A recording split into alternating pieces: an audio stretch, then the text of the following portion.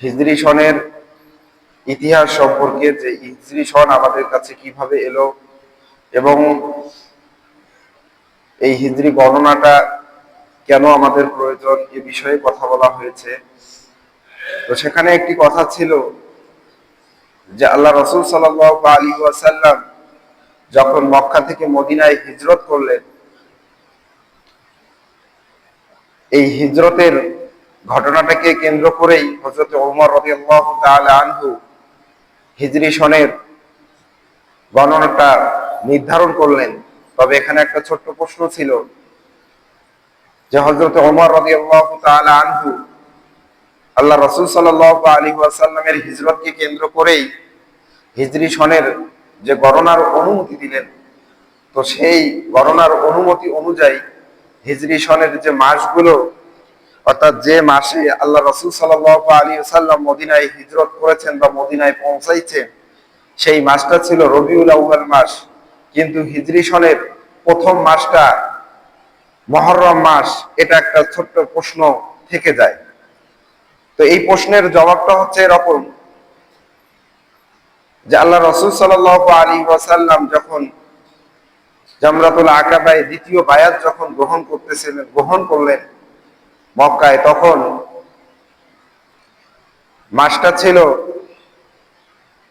মুহররম মাস। এবং সেখান থেকে আল্লাহ রাসূল সাল্লাল্লাহু আলাইহি ওয়াসাল্লাম যখন হিজরতের অনুমতি দিলেন, অর্থাৎ সাহাবাদেরকে আল্লাহ রাসূল সাল্লাল্লাহু আলাইহি ওয়াসাল্লাম প্রথমেই হিজরতের অনুমতি দিয়েছিলেন এবং এই সাহাবায়ে কিরামগণ আল্লাহ রাসূল সাল্লাল্লাহু আলাইহি ওয়াসাল্লামকে রেখে তারা মদিনায় হিজরত করেছিলেন।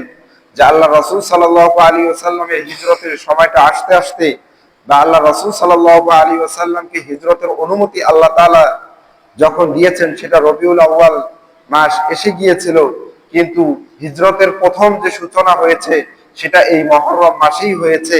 এ কারণে হিজরি সনের প্রথম মাসটা মুহররম মাসকেই নির্ধারণ করা হয়েছে।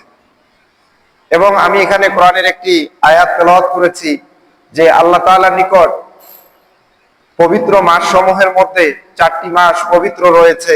মুহররম, তার মধ্যে জিলকদ এবং জিলহজ, মুহররম, আরেকটি হচ্ছে রজব।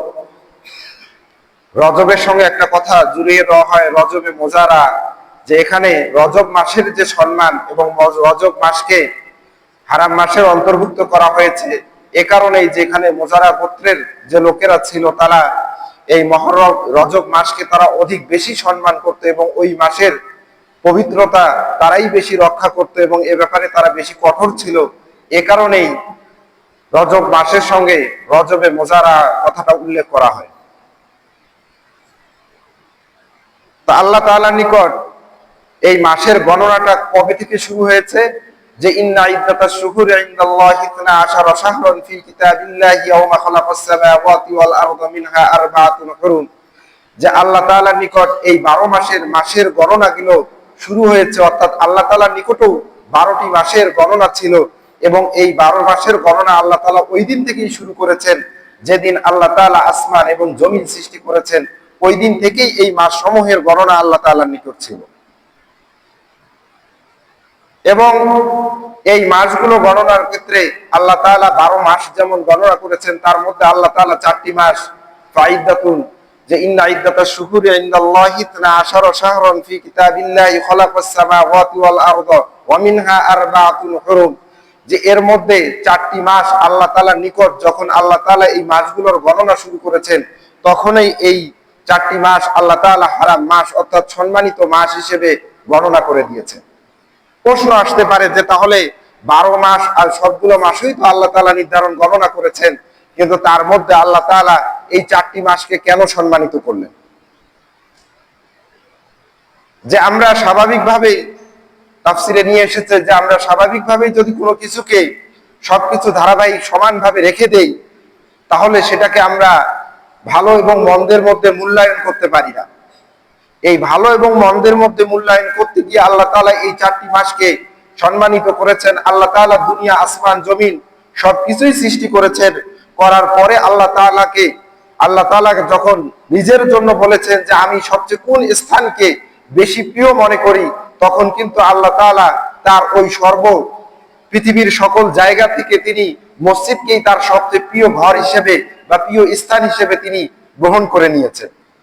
ঠিক তদ্রুপ ভাবেই আল্লাহ তাআলা তার প্রিয় মাস সমূহের মধ্যে এই 4টি মাসকেই আল্লাহ তাআলা নির্ধারণ করে দিয়েছেন এবং এই 4টি মাসের মধ্যে আল্লাহ তাআলার নিকট সবচেয়ে বেশি যে প্রিয় মাসটি, সেই মাসটি হচ্ছে মুহররম মাস।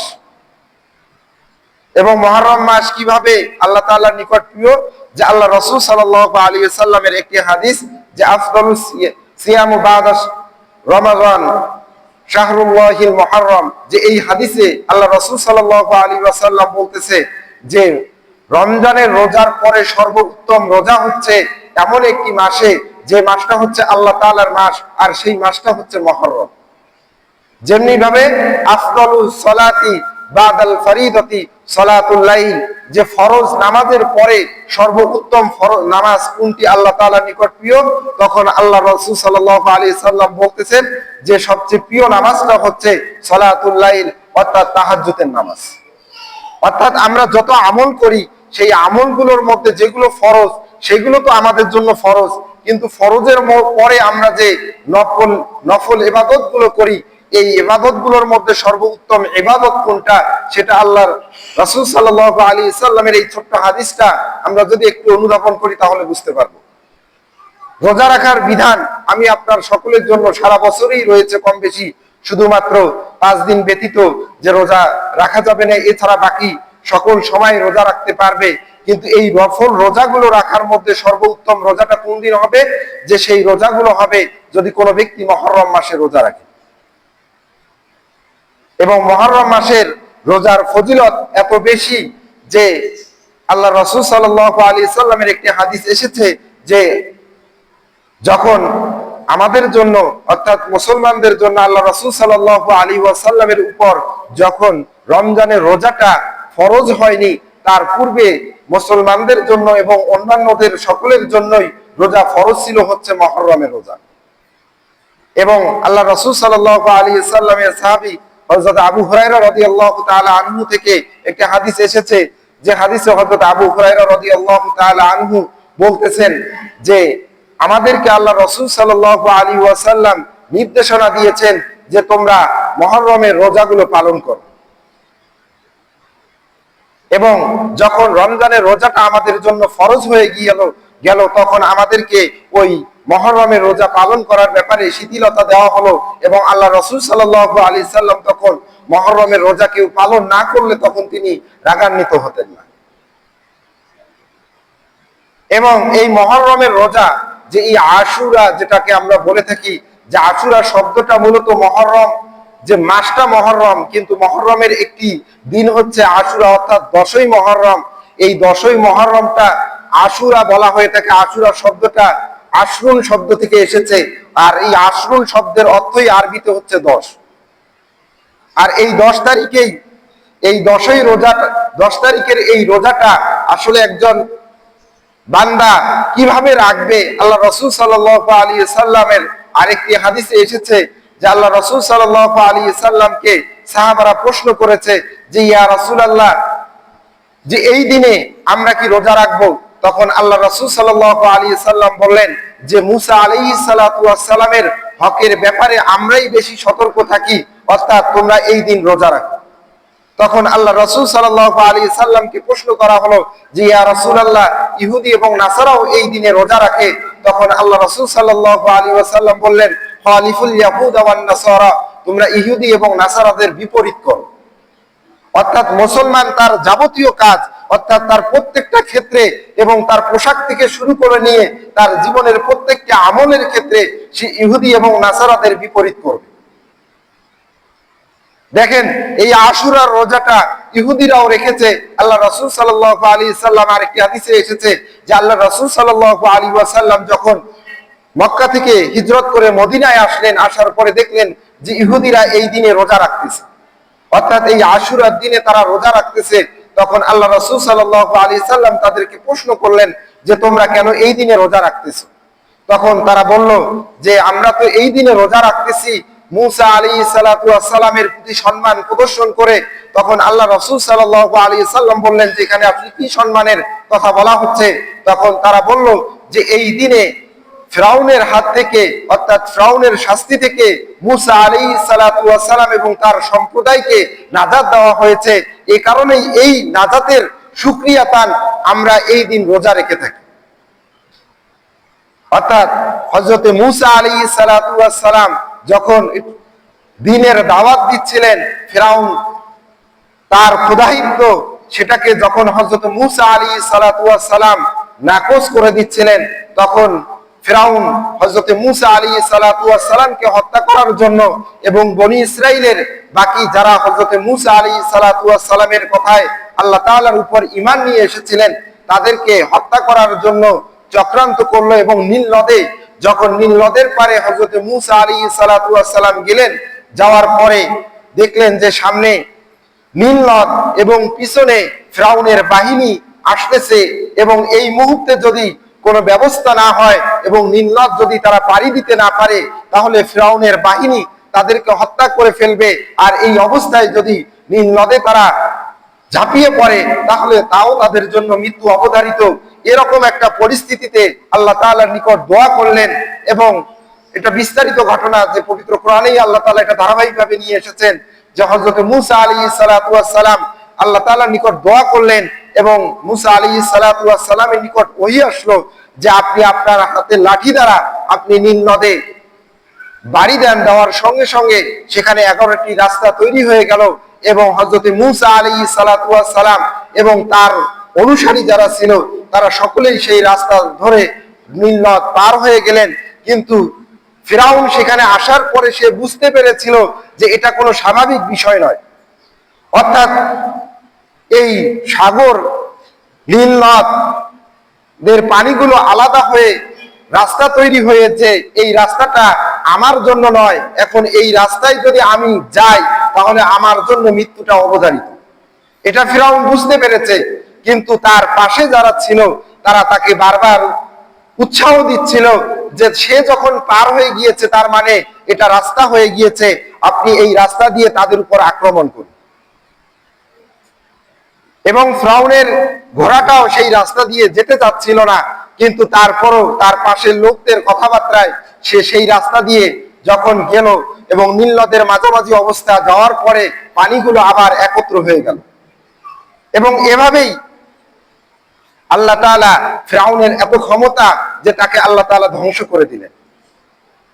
এবং এই ধ্বংসের ইতিহাসের এই ঘটনাটা বলা হয় যে আশুরার দিনেই ঘটেছে, যার কারণেই ইহুদি এবং নাসারা, যেটা আমরা আল্লাহ রাসূল সাল্লাল্লাহু আলাইহি সাল্লামের হাদিস থেকে বুঝতে পারি যে ইহুদি নাসারারা এই দিনটাকে এ কারণেই তারা রোজা হিসেবে পালন করত, শুধুমাত্র শুকরিয়া তার।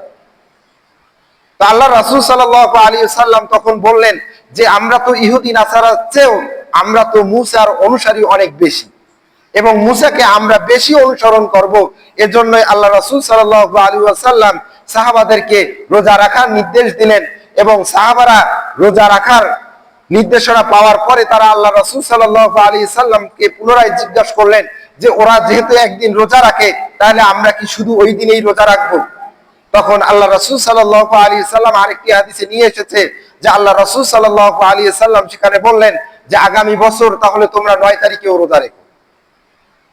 অর্থাৎ যদি আমি আগামী বছর বেঁচে থাকি তাহলে এই রোজাটা 9 তারিখেই হবে। অর্থাৎ 9 তারিখ একটা রোজা হবে এবং 10 তারিখ একটা রোজা হবে, যেহেতু আর এক হাদিসেই বলা হয়েছে যে তোমরা ইহুদি এবং নাসারার বিপরীত করো। তো এজন্য আমরা যারা রোজা রাখবো, আজকে 8 তারিখ, কালকে 9 তারিখ এবং রবিবার আশুরার দিন, তো এজন্য আমরা যারা নফল ইবাদত করতে চাই আমরা 9 তারিখে একটা রোজা রাখবো এবং আরেকটি রোজা গিয়ে আমরা 10 তারিখে রাখবো। তবে বলা হয়েছে যে কোনো ব্যক্তি যদি 9 তারিখে রোজা রাখতে না পারে তাহলে সে যেন 10 এবং 11 তারিখ রোজাটা করে নেয়। এবং এই রোজার ফজিলতটা কেমন যে মান সামা ইয়াউমানি মিনাল মুহররম ফালাহু বিকুল্লি ইয়াউমিন 30 হাসানাতান, যে ব্যক্তি এই 2 দিন অর্থাৎ মুহররম মাসের 2 দিন রোজা রাখবে তার এই একটি রোজার বিনিময়ে 30টি রোজা রাখার সওয়াব দেওয়া হবে। এবং আল্লাহ রাসূল সাল্লাল্লাহু আলাইহি সাল্লামের আরেকটি হাদিস এসেছে মুসলিম শরীফের হাদিস যে সিয়ামু ইয়াউমি আশারা সিয়ামু ইয়াউমা আশরা, যে ব্যক্তি ইয়াউমা আশরা রোজা রাখলো, ফাইন্নী আহতাসিবু আলাল্লাহ আন ইউকাফিরা সানাতাল্লাতী ক্বাবলাহু, যে আমি আল্লাহ রাসূল সাল্লাল্লাহু আলাইহি সাল্লাম ধারণা করি, যে আমি এটা বিশ্বাস করি যে ওই ব্যক্তির পূর্বের 1 বছরের গুনাহ মাফ করে দেওয়া হবে। দেখেন, সামান্য আমল, ছোট্ট ছোট্ট আমলগুলো আমরা যদি করি তাহলে আমাদের আমলনামায় এত বিশাল সওয়াব দেওয়া হয়ে থাকে। এটা শুধুমাত্র উম্মতে মুহাম্মদীকেই দেওয়া হয়েছে। হযরতে নূহ আলাইহিস সালাতু ওয়াস সালামের ঘটনা আমরা কম বেশি সকলেই জানি, যে হযরতে নূহ আলাইহিস সালাতু ওয়াস সালাম 950 বছর তিনি দ্বীনের দাওয়াত দিয়েছেন। দাওয়াত দেওয়ার পরও তিনি সামান্য কয়েকজন মানুষকে তিনি তার অনুসারী করতে পেরেছেন এবং এত কম সংখ্যক লোককে তিনি দ্বীনের পথে এনেছেন। আনার পরে তিনি এক সময় বিরক্ত হয়ে গিয়েছিলেন। হওয়ার পরে তিনি আল্লাহ তাআলার নিকট দোয়া করলেন যে আল্লাহ, আমি আমার এই সম্প্রদায়, এরা এত বেশি নাফরমান যে এই সম্প্রদায় যদি পরবর্তী সময় বেঁচে থাকে তাহলে এদের থেকে যারা বংশ বুনিয়াদ আসবে এরা হয়তোবা এদের চেয়েও আরো বেশি ভয়ানক হবে এবং এদের চেয়েও অনেক বেশি খারাপ হয়ে যাবে। তখন নূহ আলাইহিস সালাতু ওয়াস সালাম এই দোয়া করে আল্লাহ তাআলার নিকট দোয়া করলেন যে আল্লাহ, তুমি এই সম্প্রদায়কে ধ্বংস করে দাও। এবং আল্লাহ তাআলা হযরতে নূহ আলাইহিস সালাতু ওয়াস সালামের এই কথাটাও কবুল করে নিলেন। এবং কবুল করে নেওয়ার পরে হযরত নূহ আলাইহিস সালাতু ওয়াস সালামকে আল্লাহ তাআলা নির্দেশনা দিলেন যে তুমি একটি জাহাজ নির্মাণ করো। যে জাহাজ নির্মাণের কথাটা সর্বপ্রথম আল্লাহ তাআলা হযরত নূহ আলাইহিস সালাতু ওয়াস সালামকে দিয়েছেন, যে তুমি এমন একটি সাফিনা তৈরি করবে যে সাফিনা পৃথিবীতে ইতিপূর্বে আর কখনো হয়নি। অর্থাৎ আমরা যে সমুদ্রের মধ্যে বড় বড় জাহাজ চলতে দেখি এবং নৌকাগুলো, নৌযানগুলো চলতে দেখি, এর সূচনা হযরত নূহ আলাইহিস সালাতু ওয়াস সালাম থেকেই এসেছে এবং এর থিওরিটাও হযরত নূহ আলাইহিস সালাতু ওয়াস সালাম থেকে এসেছে। এবং আল্লাহ তাআলা হযরত নূহ আলাইহিস সালাতু ওয়াস সালামকে এই জাহাজটা নির্মাণ করার ব্যাপারে যখন নির্দেশনা দিলেন তখন নূহ আলাইহিস সালাতু ওয়াস সালাম অস্থির হয়ে গেলেন যে আসলে এই সাফিনা এটা আসলে কেমন হবে, কি রকম হবে, এটা সম্পর্কে তার যখন কোনো ধারণাই ছিল না, তখন তিনি আল্লাহ তাআলার নিকট আবারও ফরিয়াদ করলেন যে আল্লাহ, আমাকে যে সাফিনা তৈরি করার নির্দেশনা দেওয়া হচ্ছে এটা আসলে আমি কিভাবে তৈরি করব সেটা আমাকে জানিয়ে দেওয়া হোক। এবং হযরত নূহ আলাইহিস সালাতু ওয়াস সালাম এটাও জানতে চেয়েছেন যে আমি এটা লোহা দ্বারা তৈরি করব নাকি কাঠ দ্বারা তৈরি করব। এবং আল্লাহ তাআলা হযরত নূহ আলাইহিস সালাতু ওয়াস সালামকে জানিয়ে দিলেন যে তুমি এটা কাঠ দ্বারা তৈরি করো। এবং সেটা কোন গাছের কাঠ দ্বারা হবে আল্লাহ তাআলা সেটাও জানিয়ে দিয়েছেন যে এই কাঠটা হবে তোমার শাল কাঠ। অর্থাৎ নূহ আলাইহিস সালাতু ওয়াস সালামের এই নৌকাটা শাল কাঠের তৈরি ছিল এবং হযরত নূহ আলাইহিস সালাতু ওয়াস সালামের পূর্বে এই শাল গাছ সম্পর্কেও কোনো তথ্য বা কোনো ধারণা ছিল না। হযরত নূহ আলাইহিস সালাতু ওয়াস সালামকে শাল কাঠ দেওয়া হলো এবং এখানে বলা হয় যে এই শাল গাছ হযরত নূহ আলাইহিস সালাতু ওয়াস সালাম 3টা বর্ণনা পাওয়া যায় যে এই শাল গাছকে নূহ আলাইহিস সালাতু ওয়াস সালাম 20 বছর এই চারা রোপণ করে অপেক্ষা করেছিলেন। আর এক হাদিসে এসেছে, যে আরেকটা বর্ণনায় এসেছে যে তিনি 60 বছর অপেক্ষা করেছিলেন এবং আরেকটা বর্ণনায় এসেছে যে তিনি এই শাল গাছ থেকে কাঠ পাওয়ার জন্য 100 বছর অপেক্ষা করেছেন।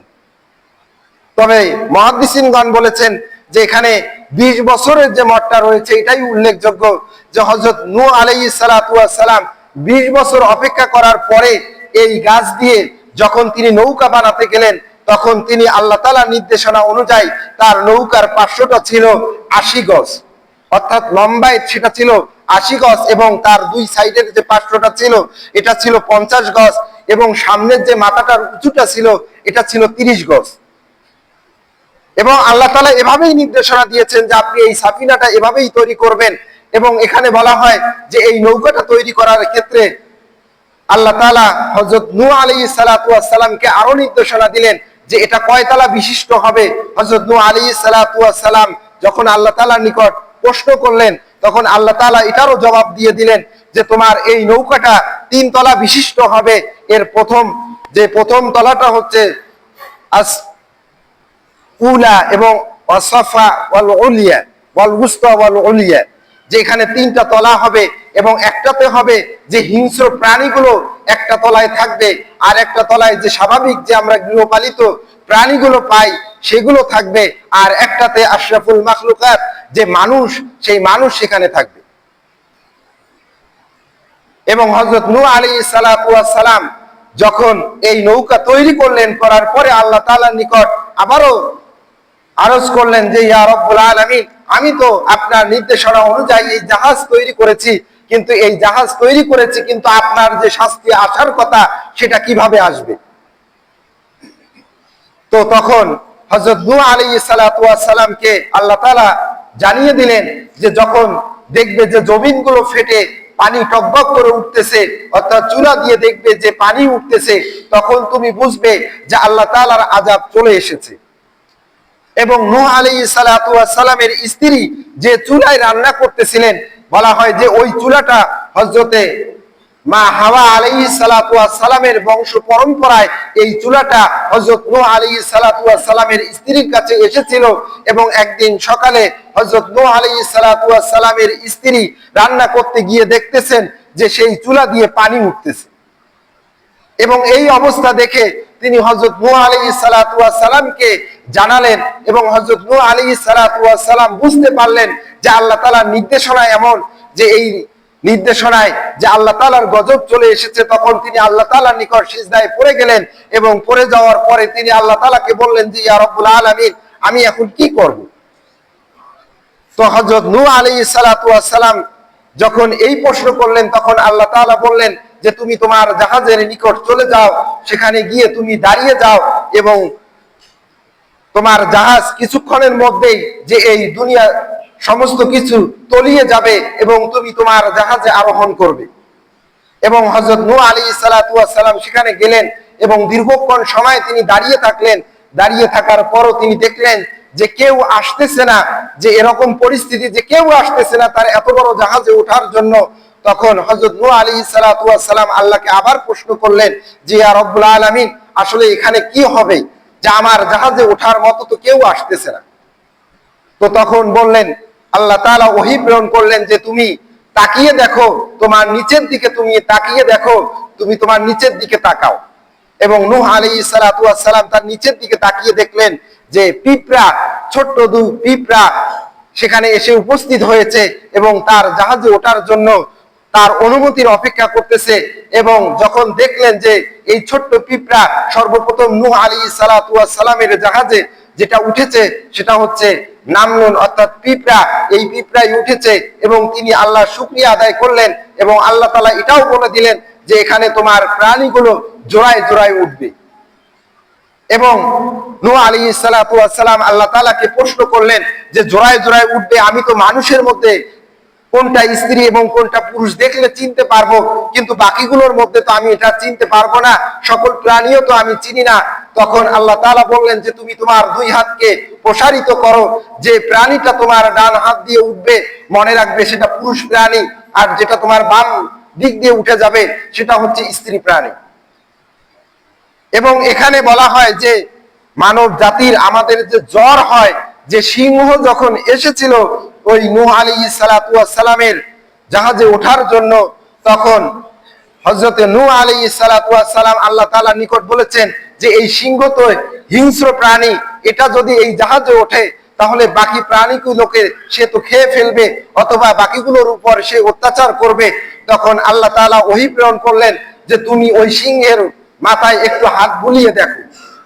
এবং তিনি সেখানে সিংহের মাথায় হাত বুলিয়ে দেখলেন যে তার ওই সিংহের মাথাটা অনেক গরম।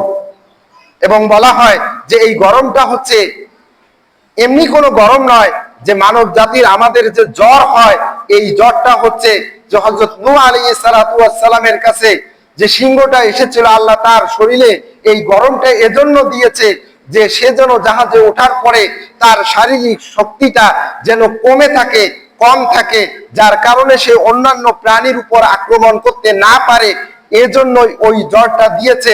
এবং সেই জ্বরের ধারাবাহিকতা এখনো আমাদের মুসলিম উম্মাহ বা সারা বিশ্বের মানব জাতির উপর এই জ্বরটা হয়। এবং এই জ্বরটা হযরত নূহ আলাইহিস সালাতু ওয়াস সালামের পূর্বে ছিল না। এবং সর্বপ্রথম যে কাবা ঘর, সর্বপ্রথম যে দুনিয়ার জমিনে সর্বপ্রথম যে ঘর, এই ঘরটা ছিল কাবা ঘর এবং এটা ইয়াকুত পাথরের ছিল, যেটা এই নূহ আলাইহিস সালাতু ওয়াস সালামের প্লাবনের সময় চতুর্থ আসমানে উঠিয়ে নেওয়া হয়। এবং চতুর্থ আসমানে উঠিয়ে নেওয়ার পরে এই 10ই মুহররম, এই এত ঘটনার পিছনে যে এই যে আশুরার দিনটাকে বলা হয়, যে সর্বশেষ যে 6 মাস এই প্লাবন থাকার পরে যে এই জাহাজটা অটোমেটিকলি যে বাইতুল্লাহকে তো আল্লাহ তাআলা এই প্লাবনের সময় চতুর্থ আসমানে উঠিয়ে নিয়েছেন, কিন্তু সেই জায়গায় গিয়ে এই জাহাজটা 7 বার প্রদক্ষিণ করেছে। এবং প্রদক্ষিণ করার পরে এই আশুরার দিনে এই জাহাজটি জুতি পাহাড়ের নিকট গিয়ে থামে এবং সেখান থেকে সর্বপ্রথম নূহ আলাইহিস সালাতু ওয়াস সালাম এই আশুরার দিনেই এই জাহাজ থেকে দুনিয়ায় আবার নতুন ভাবে নামে। অর্থাৎ এই এতদিন সময় অতিবাহিত হওয়ার পরে, জাহাজে অতিবাহিত হওয়ার পরে এই গজব থেকে আল্লাহ তাআলা মুক্তি দেন, সেটা হচ্ছে এই আশুরার দিন। ইতিহাসে ঠিক এভাবেই বলা হয়েছে যে এই আশুরার দিনেই হযরত নূহ আলাইহিস সালামকেও মুক্তি দেওয়া হয়। এই কারণেই এই আশুরার দিনেরও ফজিলতটা আল্লাহ তাআলার নিকট অনেক বেশি। এজন্যই এই দিন, যেহেতু আমরা পবিত্র কোরআনের ভাষ্য অনুযায়ী আমরা যারা ঈমান নিয়ে আসব, আমরা অনেকগুলো বিষয়ের উপর আমাদের ঈমান নিয়ে আসতে হয়। যদি এগুলোর কোনো একটির উপর আমি আপনার যদি বিশ্বাস না থাকে, তাহলে আমি আপনি ঈমানদার নই। তার মধ্যে একটি রয়েছে নবী রাসূলগণের প্রতি বিশ্বাস স্থাপন করা। যেহেতু হযরত মূসা আলাইহিস সালাতু ওয়াস সালামও নবী ছিলেন, হযরত নূহ আলাইহিস সালাতু ওয়াস সালামও নবী ছিলেন, হযরত আদম আলাইহিস সালাতু ওয়াস সালামও নবী ছিলেন, যেহেতু এই দিনে তাদেরকে নাজাত দেওয়া হয়েছে, মুক্তি দেওয়া হয়েছে, তাদের শুকরিয়া তারা আমাদেরও কর্তব্য হচ্ছে যে এই দিনে রোজা রাখা। তো আল্লাহ তাআলা আমাদের সকলকে আশুরার দিনে রোজা রাখা, তার আগে এবং পরে একদিন রোজা রাখার তৌফিক দান করুন। ওয়া আখিরু দাওয়ানা আলহামদুলিল্লাহি রাব্বিল আলামিন।